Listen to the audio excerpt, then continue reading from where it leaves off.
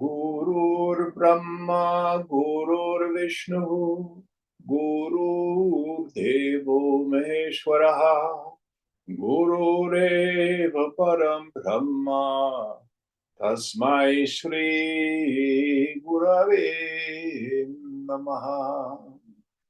चिन्मयं व्याप्य सर्वं त्रैलोक्यं सचराचरम् तत्पदं दर्शितं येन तस्मै श्री गुरवे नमः। त्वमेव माता च पिता त्वमेव बन्धुश्च सखा त्वमेव वेद्या द्रविणं त्वमेव सर्वं मम देव त्वमेव सर्वं मम देव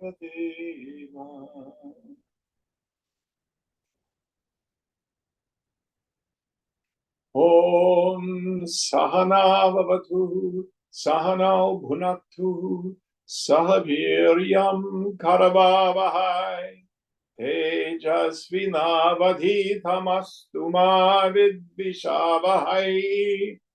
ॐ शान्ति शान्ति शान्ति।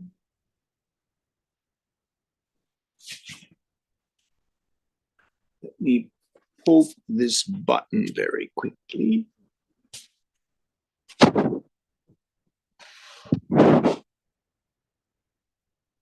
So where are we in our text? We are on verse 150. Pratyakshamanumānam vā vyavahāre yadishyasi shriyam kāra kabhedaista tabhyupeyam dhruvam bhavet. As you have to accept sense perception and inference in everyday life, you have to admit difference, for they consist of actions, agents, and so on.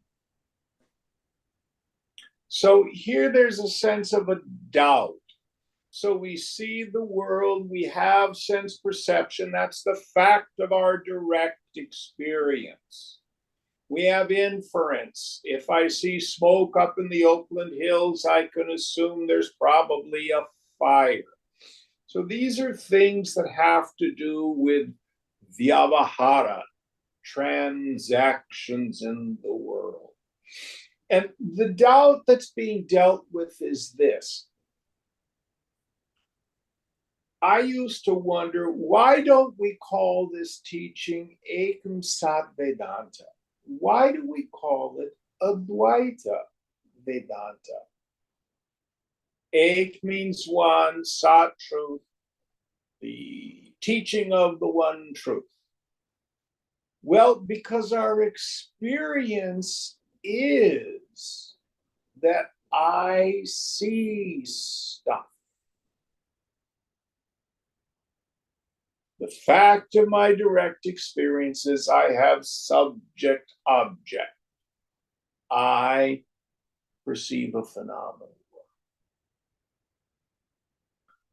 And the teaching is, even though it looks like two, Dvaita, it is not two, Advaita.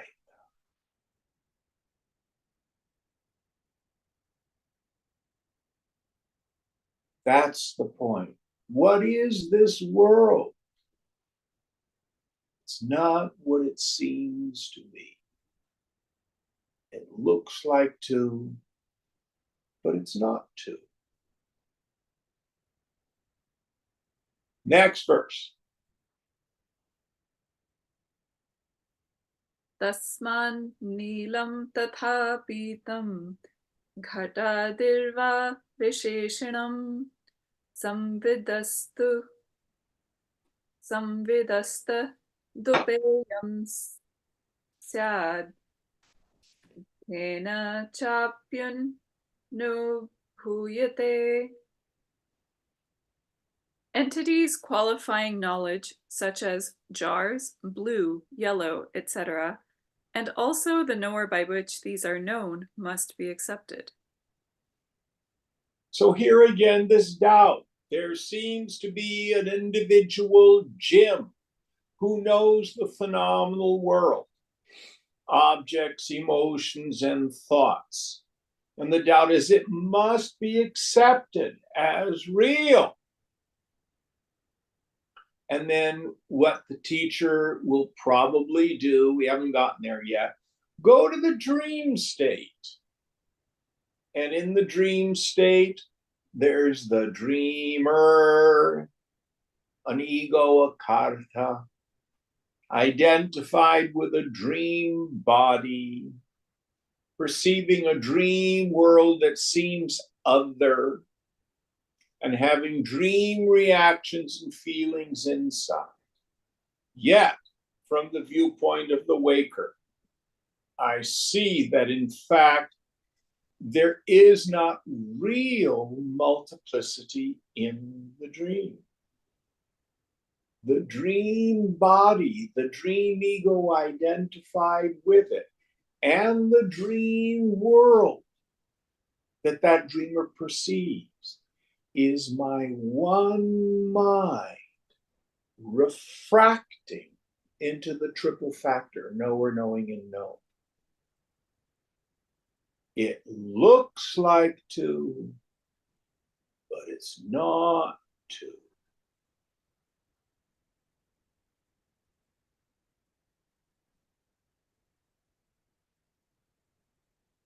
I never have lack of energy in the dream. I see perfectly. I have a different body, different senses. They work better than my 75, almost 76-year-old body.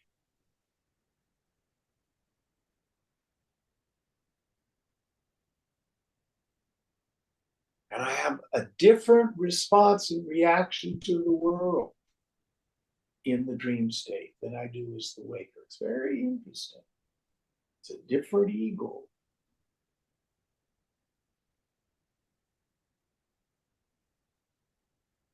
But it's not real. Seen, but not real. Next verse.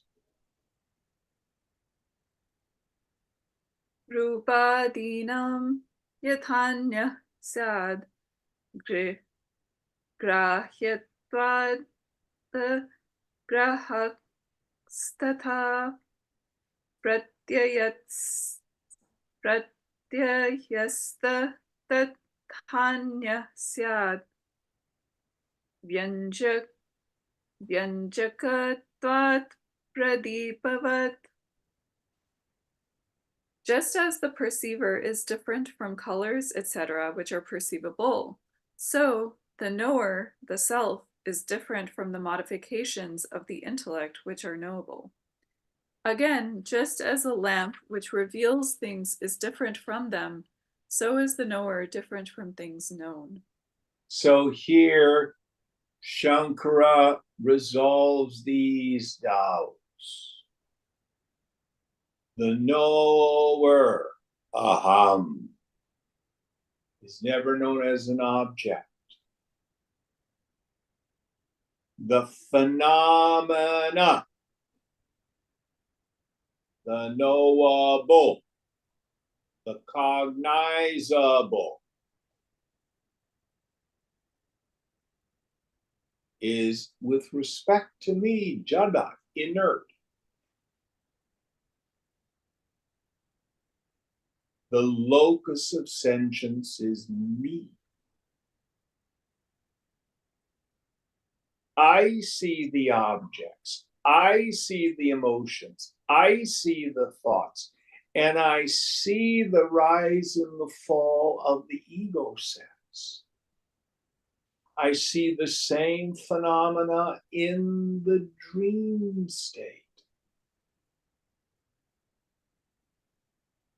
or any altered mind state.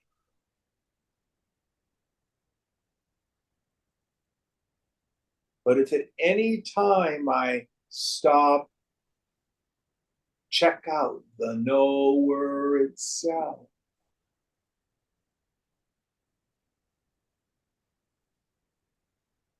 Chidananda Rupana, I'm of the form of bliss consciousness. I'm ever Sakshi, the witness. Chidakasha, the space of pure awareness.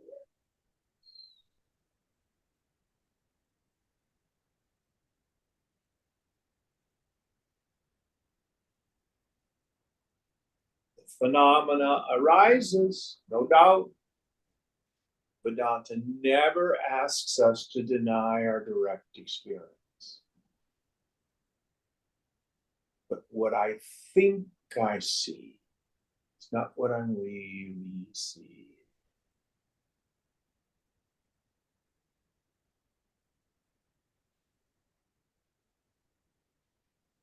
Any thoughts on this? Next verse.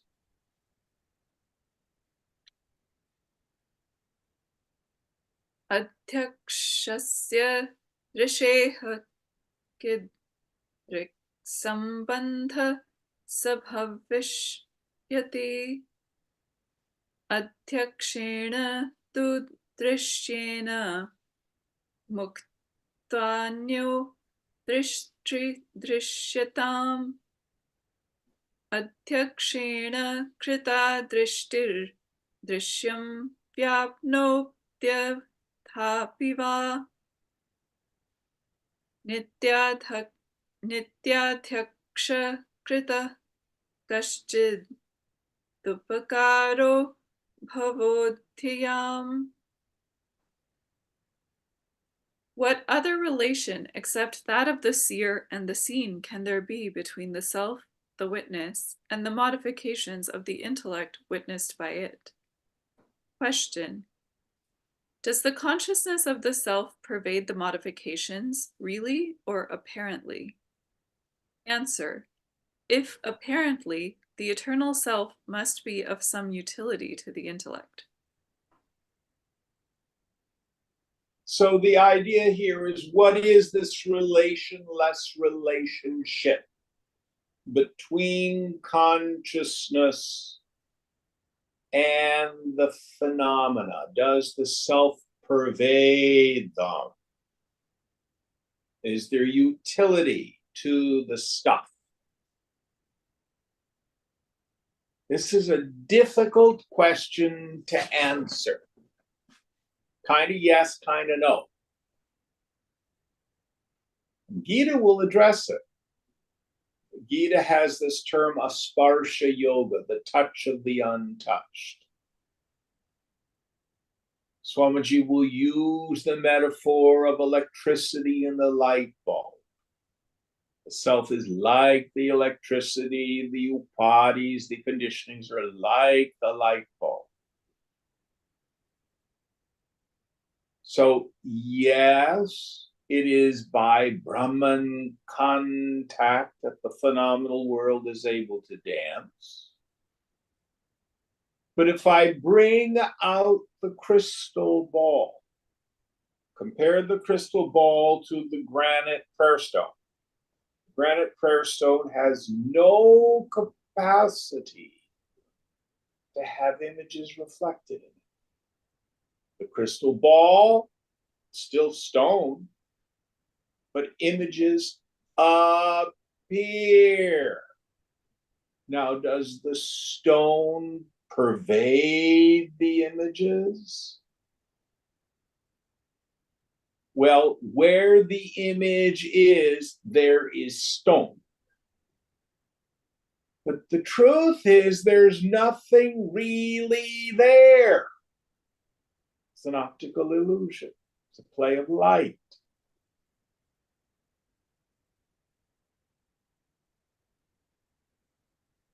So when I peep out and see a phenomenal world, what's really there, as Vidyaranya says in Panchadashi, Kutastha. Kuta can either be a mountain or an anvil, something immovable. Sta tishtati means to stand, to be established. Consciousness is immovable. Sthita.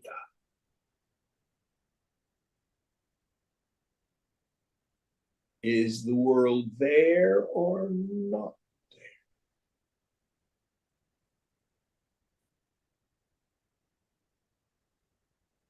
It's not really created. It appears like the reflection in a mirror.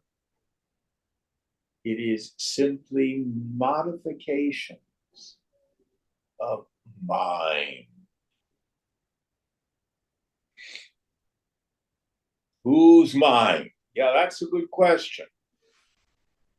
In the end, mind is a manifestation of Maya. It doesn't even really belong to anybody.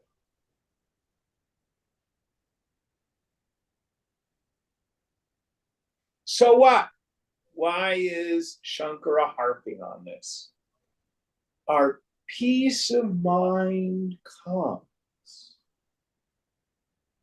when we quit taking the world and ourselves so darn seriously. We can do that by keep checking out whatever's going on. I does not change. And what is the truth of this world? Swamiji called it the Einsteinian world of flux. Change. All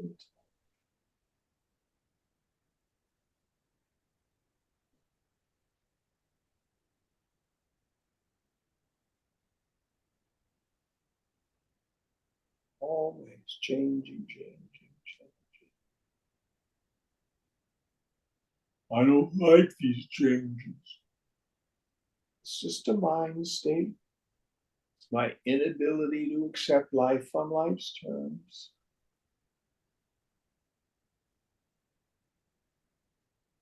But if I can let go, wishing the world were different than it is. No matter what the conditions are, I can have some peace of mind. What am I supposed to do? Do as you will, and it doesn't matter.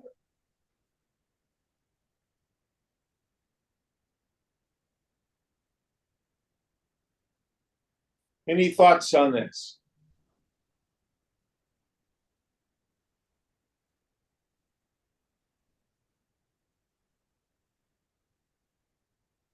Over and over and over again, I work with people and they go, this is going to happen and that's going to happen. And I just got word that this is down the road and yada, yada, yada, yada. And yet they have a roof over their heads. No body parts have fallen off. They have food to eat. There's nothing wrong with their lives.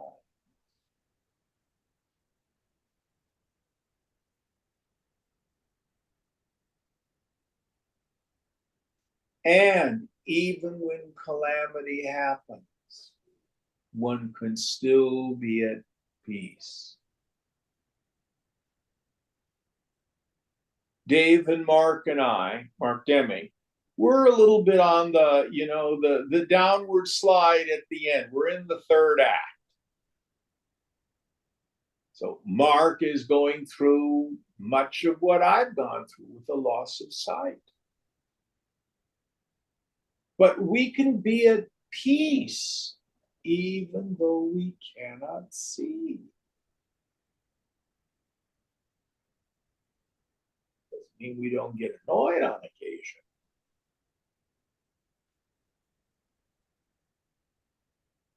But it does no good to wish it were different than it is. And that's a truth about everything.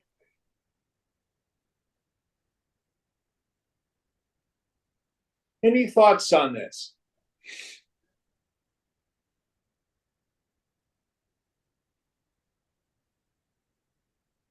It's funny, I was waiting for the bus yesterday and I was sitting next to this woman. She was probably around my age.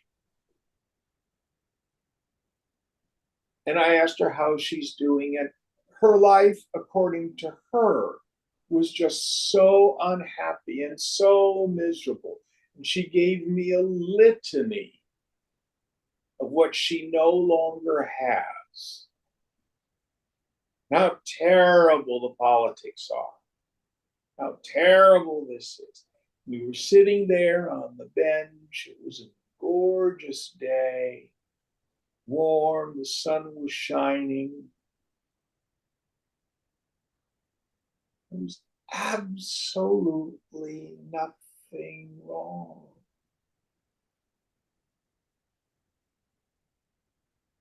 Oh, but such is the mind. Next verse.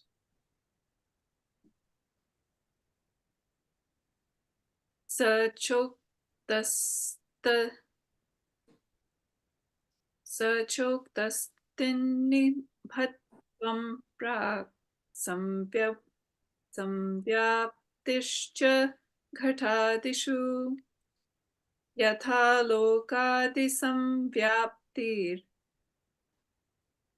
vyanjakatvadi dhyastatha. It has been said before that the benefit derived from the proximity of the self by the intellect is that it appears conscious like the former. Being a revealer of the intellect, like light and so on, pervades objects such as jars, etc.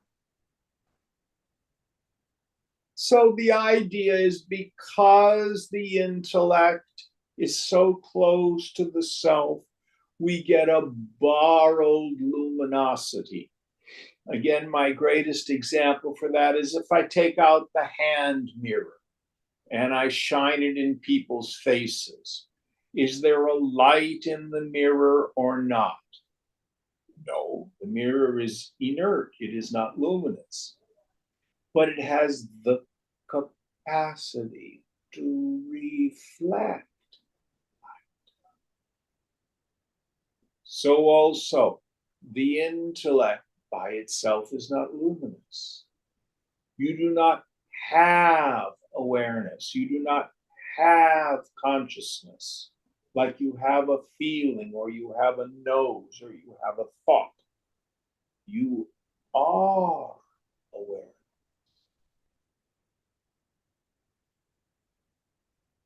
But when this awareness shines on the intellect, this karta, this agent arises. And I get the experience of a limited knower of this, that, and the other thing. What I know in my living room is different than what you know where you are. But the light that's shining on the intellect is the same in all of us.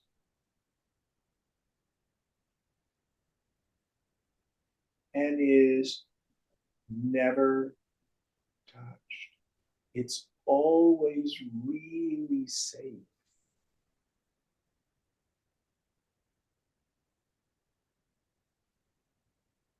Next verse.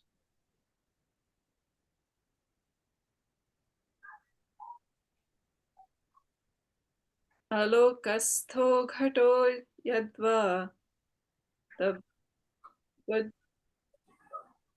तद्वद्ध्यारूढो भवेत् तथा धिव्याप्तिः स्याद् स्याद्धतारोः धियो व्याप्तौ क्रमो भवेत्. Just as a jar placed in the sun may be said to be brought to light, so an object in the intellect may be said to be brought under its cognizance. This bringing to cognizance is nothing but being pervaded by the intellect. Yeah. Objects become pervaded by the intellect one after another. So the funny thing is, we actually never really make contact with the phenomenal world. I'm looking over at the couch and I see pillows. Do I actually see pillows? Well, actually, light is reflected off the pillows, and reflected light comes into my eyes and it's turned upside down, shines on the retina. Then it's converted to electrical impulses, goes to my brain.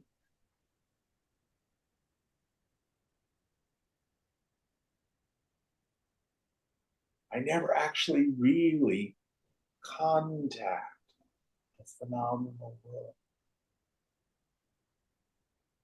It's all just the interpretation of the light of awareness illuminating, seeing, hearing, tasting, touching, smelling, feeling, thinking.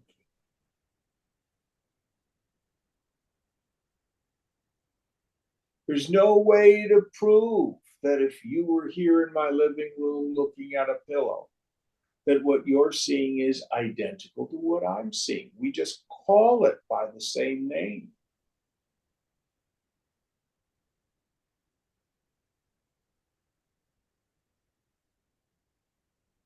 No way to know what's really out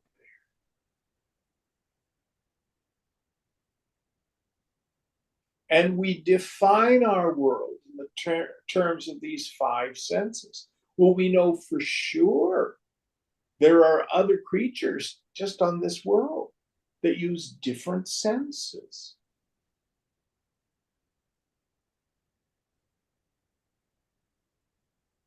I was watching this video about flightless birds. I'm weird. And kiwis don't use their sense of sight. Kiwis negotiate through the jungles and things with a sense of smell. You watch a serpent with its forked tongue, it negotiates the world that way. Sharks have these little pits on the side of their faces where they're able to sense the electrical emissions that are going on in nervous systems of other creatures. Dolphins and whales and belugas, they have a melon, you can squish it.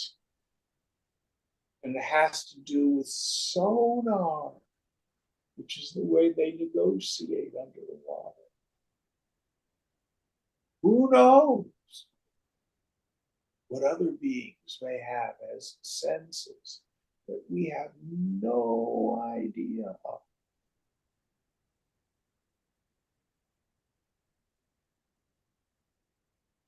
The world in the end is quite mysterious.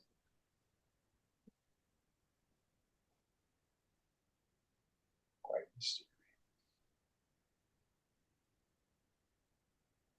All of it just interpretations of mind, even with the same sense perception.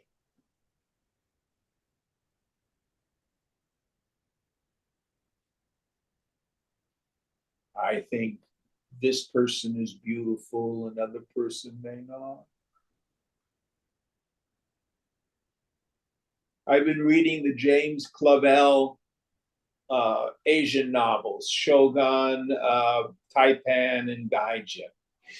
One of the things that Clavell remarks on in the mouths of these Asian people is how ugly they think Europeans are. Round eyes, big ugly noses, horse-like teeth, and stuff like that. All just created by the mind.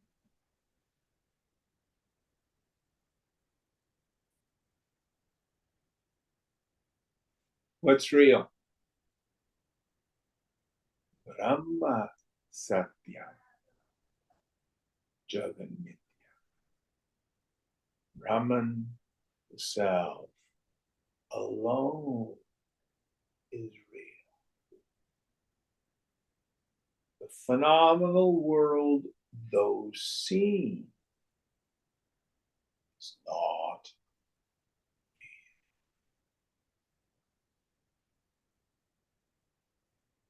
Next verse.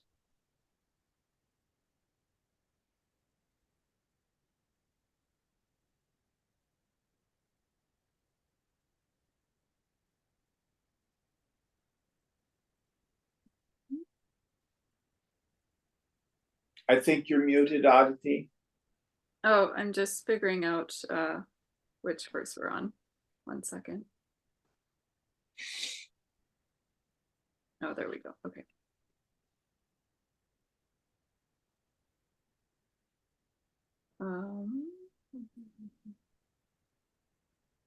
Purvam syata pratyavya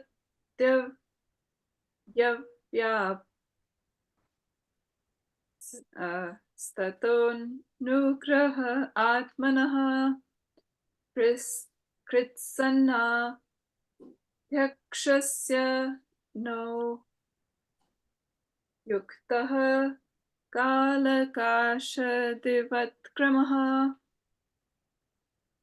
The intellect pervades an object and assumes its form when the object is revealed through the help, i.e., the reflection of the self. Like time and space, the all-pervading self can have no order or succession in pervading objects. Yeah. So, time, space, and the phenomena contained within them is all just a function of mind, mind with a capital M. So we have the Lord's mind and its creation, Hiranyagarbha, which is essentially neutral. Then I, as an individual, superimpose my particular projections. This is good, this is bad, this is beautiful, this is ugly, this is desirable, this is not desirable. But whether it's the superimposition of the individual mind or it's just mind with a capital M, makes no difference in the end. It's all just mind. And if you really try to find this thing called my mind, you can't really. Best example I've been able to come up with is if you look at a film that's, say, from the 70s, and you look at the clothing styles of the time. Again, those of us who are older, that stuff was hot. Big old hair and bell bottoms and jackets with no lapels. Or you look at what the young people are doing for hairstyles, everything's all shaved, and there's like a little animal on top of your head. They all think it's the hottest thing in the world. Do they really desire that, or is it just the influence of the environment?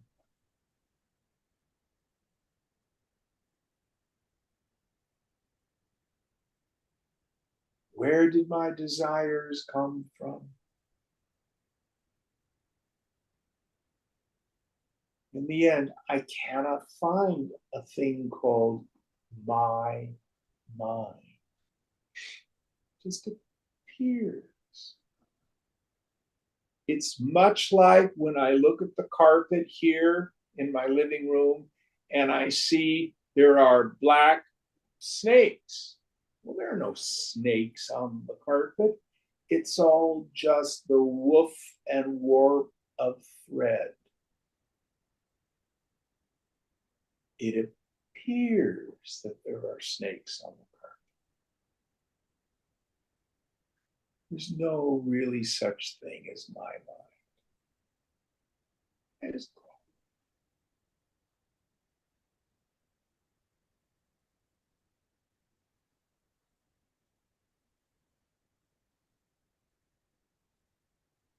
Any thoughts on this? Next verse.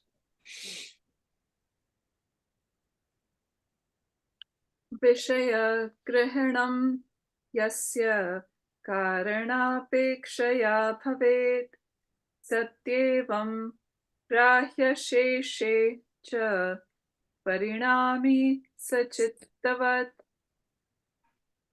A thing like the intellect that depends on the agent, etc., in pervading its objects, and does not pervade all objects at the same time, some being always left unpervaded, is liable to transformation. So this agent, I can look at the pillow. If I'm looking at the pillow, I'm not necessarily aware of what's going on in the kitchen. I have to shift my attention there. Or here I am looking at the objects in my living room. Am I aware of the sensations in my body? Or I can choose to remember what I had for dinner last night. So that's the fascinating quality. This is called chitta, which can mean mind stuff, can mean memory, but it also means what I call the flashlight quality. I choose to look at this. When I'm looking at that, other perceptions fade into the background.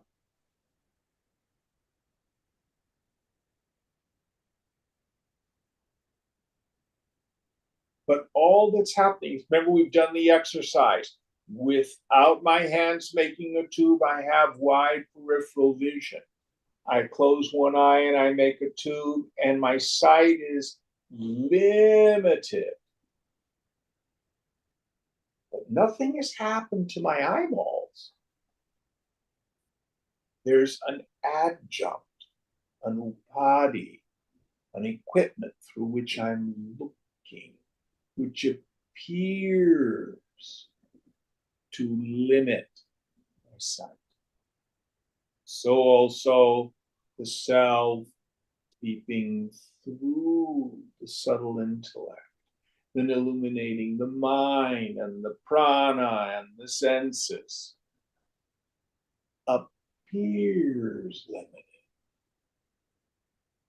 I, Jim, see a world that's different than the world you see. I'm doing this, you're doing that.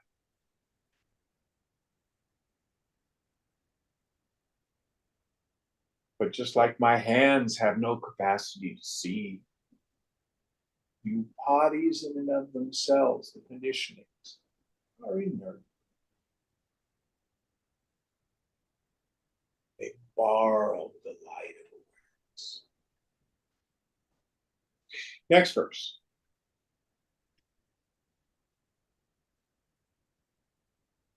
Adhyaksho hamiti jnanam buddhireva vinishchayaha नाध्यक्षस्याविशेषत्वान् तस्यास्ति paro yatah.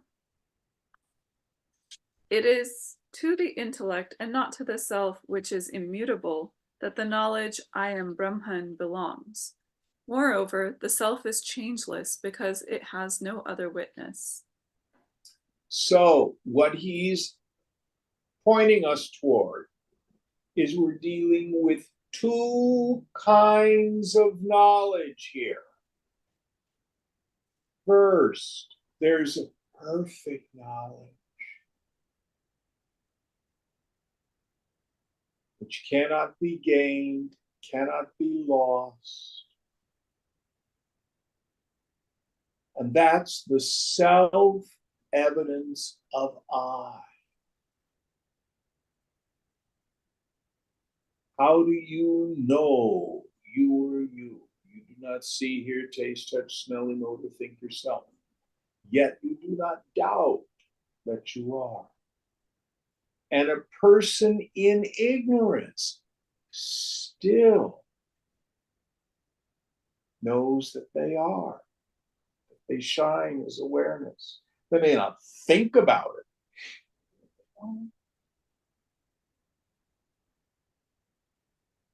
So the purpose of yoga is not to fix or transform the self. The problem is the mind. What is my bondage? My bondage is ignorance in the mind. The self does not have ignorance. That ignorance causes my mind to think I'm the body. I'm the individual. I may even think I'm the transmigrating soul.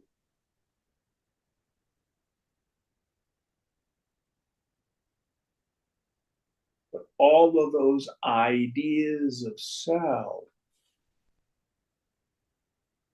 are superimpositions. What is liberation? Here Shankara says it's something that occurs to the intellect.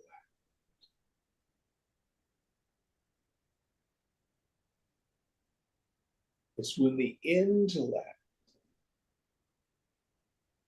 grasps, I'm not a person, I'm not the body.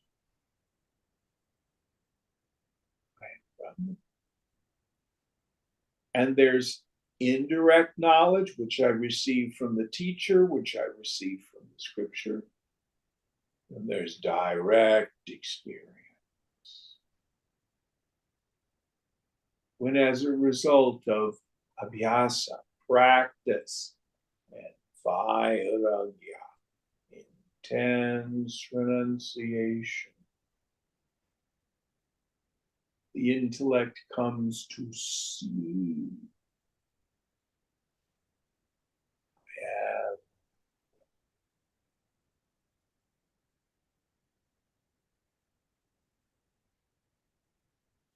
Can you imagine? David, you might help us out here. When was the invention of the microscope? Well, Leeuwenhoek, I think it was 1600 something. Oh, that early. So before that, I'm sure people thought water is just water. Yes. But if you made a slide of water and put it under the very first microscope and looked at the slide and you saw a whole new world in a drop of water or a drop of saliva or a drop of blood. I don't know what he looked at first. He looked at pond water. Yeah. But my point is, all those little creepy crawly things were always there. The microscope did not create them. The pond water did not become an entire universe. What changed was that he saw what was there. Likewise, we may have the wrong idea of self. I'm a body, I'm a person, I go up and down, I suffer, I get happy, I get sad. That is like that fellow thinking, water's just water, pond water is just pond water. But in meditation, it's like looking through the microscope. Thin out the mind. Introvert the mind's eye, the attentive faculty. Begin to investigate and notice the knower.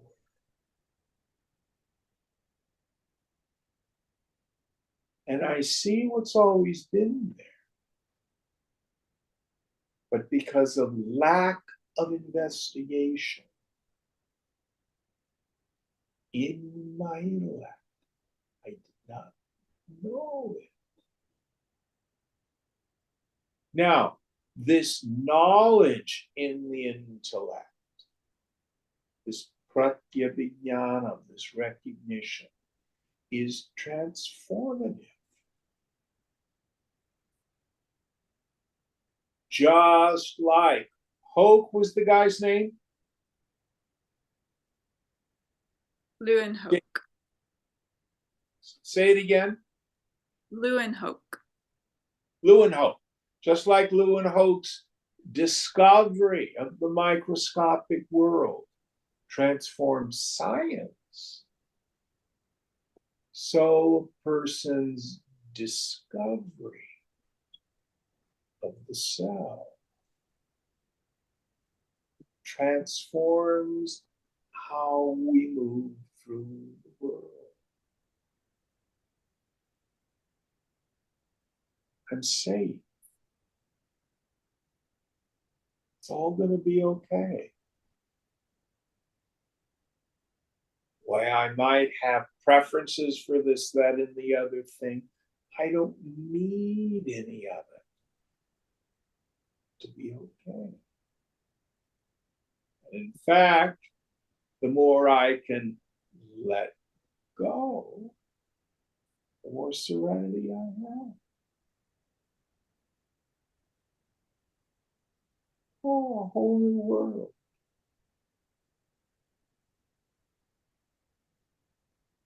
I've discovered the world of Atmaramana, of being able to revel in the self.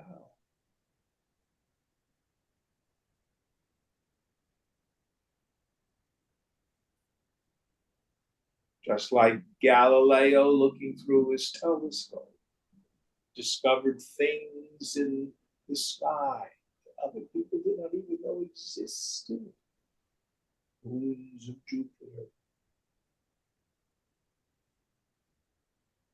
So also the yogi has found the pearl of great price, the Chintamani, the wish-fulfilling gem. Transforms our view. So just like Galileo sees the moons of Jupiter, he discerns that it's a heliocentric solar system. The Earth is a sphere going around the sun. And most of the people of his contemporaries would not believe that. So also going out through the world, throughout me, making me bigger, better, faster, richer, stronger, handsomer, more beautiful, passion prizes, more, better, different. Yogi, look, look, there's no one there.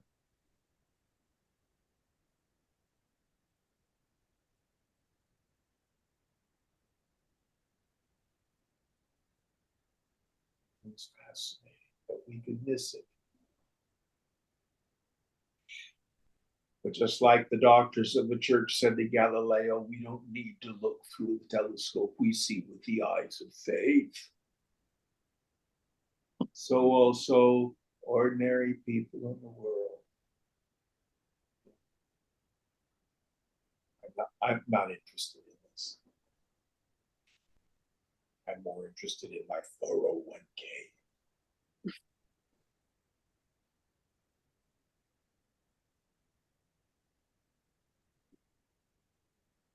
Next verse. Question? Okay, next verse.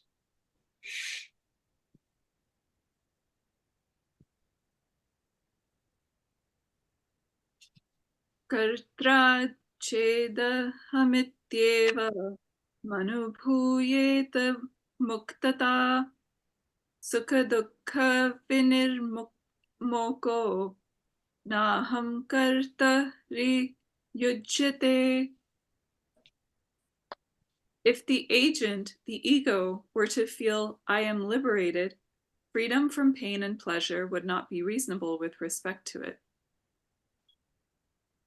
So when the ego says, I am liberated, does it continue to feel pain and pleasure? Yeah. If an enlightened being has arthritis, it hurts. But the self is the witness of it.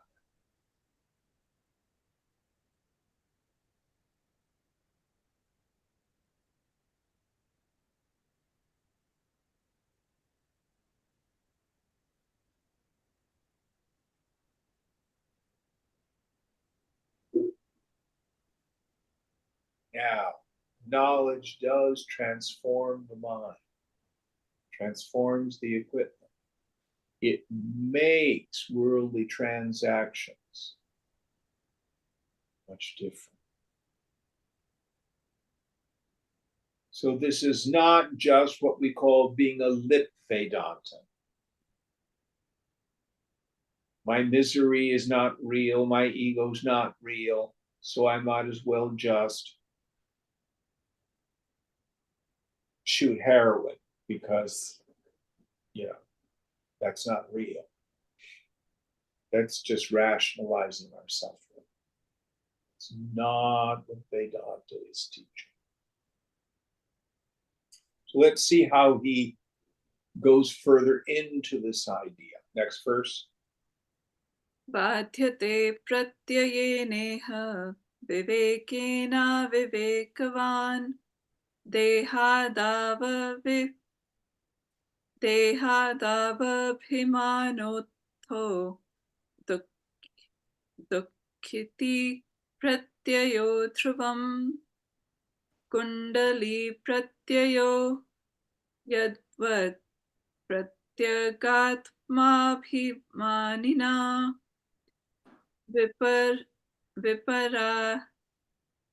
viparyase sadantam syat pramanasya pramanatah.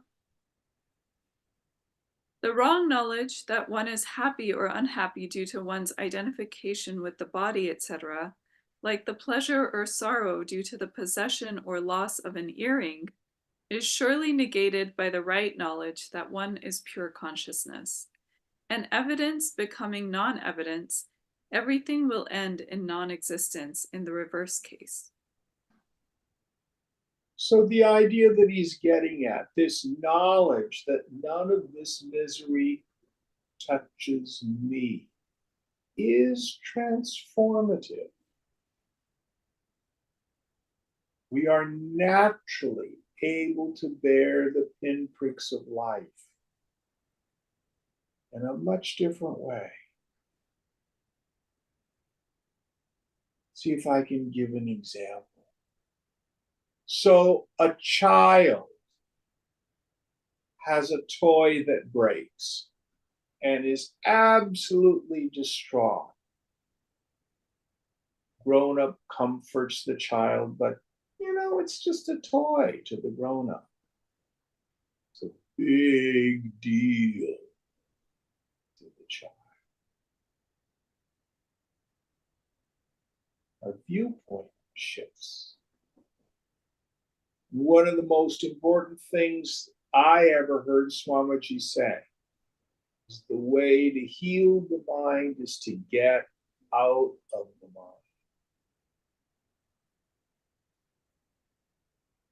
This is not just mental gymnastics. It's valuable. It works.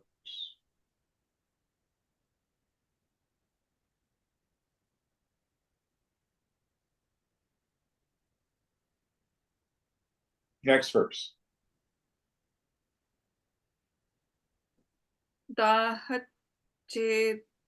दाहच्छेद विनाशेषु दुःखित्वं नान्यथात्मनः नैव हन्यस्य दाहात्पन् यो दुःखी भवेत् कच्चित्. One feels pain when one's body gets burnt, cut, or destroyed because one identifies oneself with it.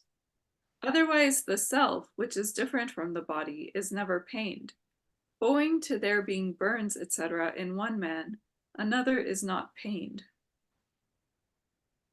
So the person of wisdom understands that even though the pain happens in the body, it does not happen to.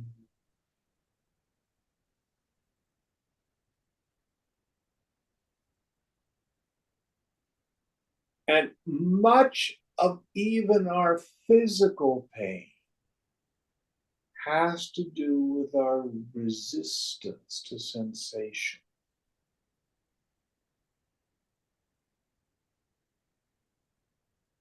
Oftentimes, when we can accept that there's pain,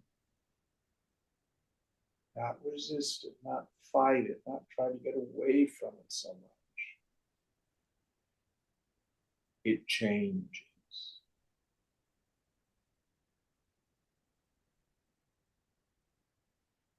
But my experience is few people shoot themselves, hang themselves,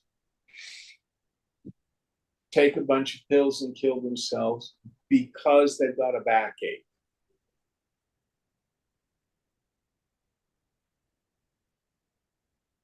Usually it's some mental torment.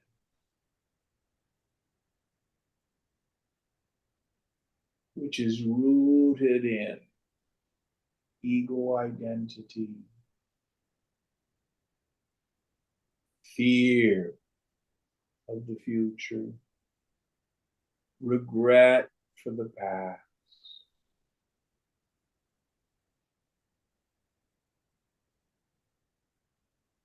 Inability to stop the storming torrent and torment of mental agitation.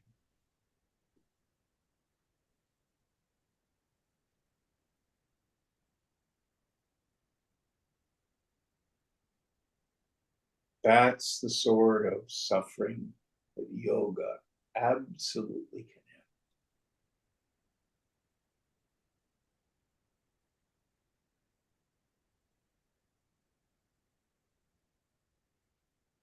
All right, next verse. Asparshatvadehatvan naham dahyo yatah sada tasman mithyabhimanottha Tam Mrite Putre Mritiryatha. As I am not touched by anything and do not possess a body, I am never susceptible to being burnt. Pain arises from the wrong notion due to a false identification with the body, like the wrong notion of one being dead at the death of one's son. So here, for the person of steady wisdom, physical affliction happens to the body, mental affliction to the mind, doubt and confusion, the intellect.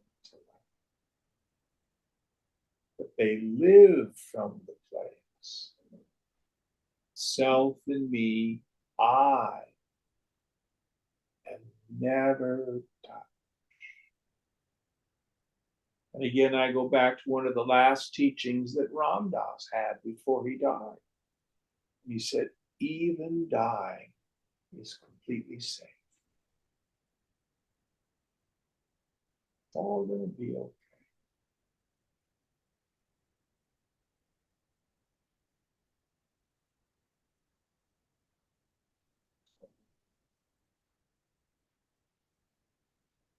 All right, one more verse. Kundalya Hamiti Yeta Badhyeteva Vivekina Dukhiti Pratyayastadvat Kevalaham Thiyasaha. Just as the wrong notion, I possess an earring, is removed when the right knowledge regarding it arises, so the false consciousness, I am unhappy, is negated by the right knowledge, I am pure Brahman. Yes. So the ego functions from the place of being a bhogi, an enjoyer. I'm happy when I have what I want. I'm unhappy when I don't have what I want. A yogi lives with the supreme detachment, knowing that it is the craving itself that is what's painful.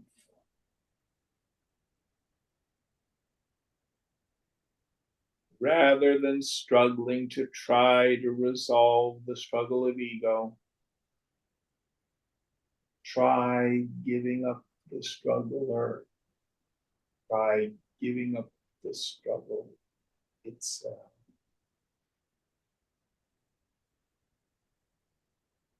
Let go and let God have its wonderful way.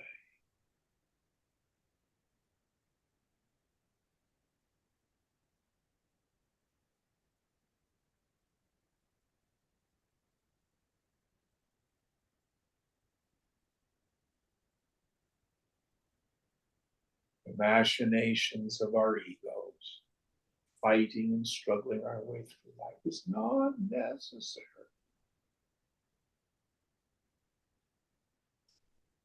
It's illusion.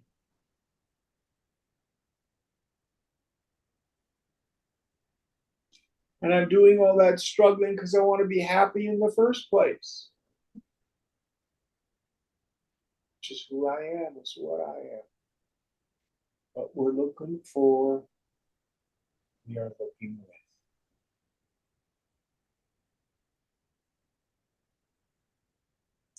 Okay, we'll end a little early today. Aditi, how many more verses are left? Let's see. There's a lot. There's a good amount. We're not going to finish next week. Okay, so my suggestion is you should be able to get Narada Bhakti Sutra online. I'll put out a link to where you can get it on Amazon on the email list. And It's just Aditi who's coming in person. Do you have a copy of it already, Aditi? Yes, I do. Okay. But I may buy a couple more just to make sure. All right, we'll end here today.